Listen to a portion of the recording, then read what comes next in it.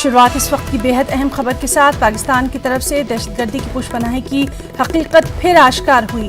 PoK में दहशतगर्दों ने खुल्लम खुल्ला एक रैली निकाली। कल मासेरा कैंप में जमा हुए हरकतुल मुजाहिदीन के दहशतगर्द 7 अगस्त को मारे गए दहशतगर्द सलीम को याद किया।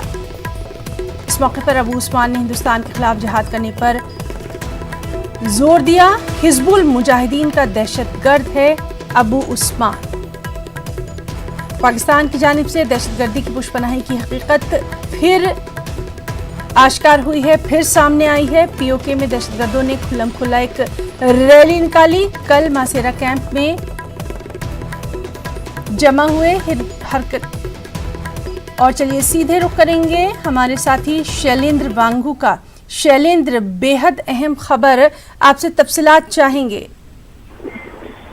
देखिए, नई बात नहीं है हालांकि कि किस तरह से पाकिस्तान में या पाकिस्तान ऑक्युपाइड कश्मीर में खुलेआम आतंकियों को छूट है कि वो इस तरह से रैली कर सकते हैं या इस तरह के एक्टिविटीज के लिए वो पैसा इकट्ठा करते हैं, चंदा इकट्ठा करते हैं और कहीं ना कहीं सरकार का भी उनको पूरा समर्थन रहता है, ऐसा का भी पूरा सपोर्ट रहता है। तो ऐसे में ताजा वीडियो जो सामने आ रहा है, ये कल का ही वीडियो है। कल दोपहर करीब 1 बजे एक रैली हुई है पीओके में। ये मासेरा कैंप जो मुजफ्फराबाद से ज्यादा दूर नहीं है, वहां पर हरकतुल मुजाहिदीन के आतंकी इकट्ठा हुए थे और उनका जो आतंकी कमांडर है अबू उस्मान, उसने इस गैदरिंग को, इस रैली को एड्रेस किया था और भारत के खिलाफ जहर उगला था।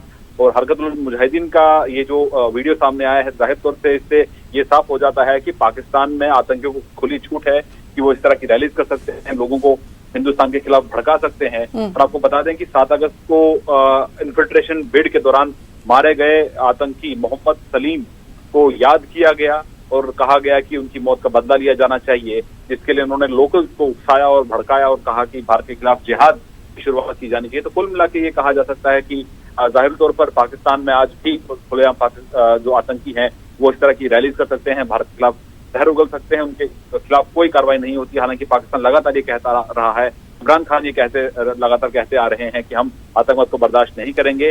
बावजूद इसके कि अभी तक ग्रे लिस्ट में ही है पाकिस्तान FATF के मुताबिक, लेकिन अभी तक पाकिस्तान ने कोई ठोस कदम उन संगठनों के खिलाफ नहीं उठाया है जो भारत को निशाना बना। जी शैलेंद्र, बहुत बहुत शुक्रिया अदा करना चाहेंगे आपका इस तमाम तर तफसीली जानकारी के लिए।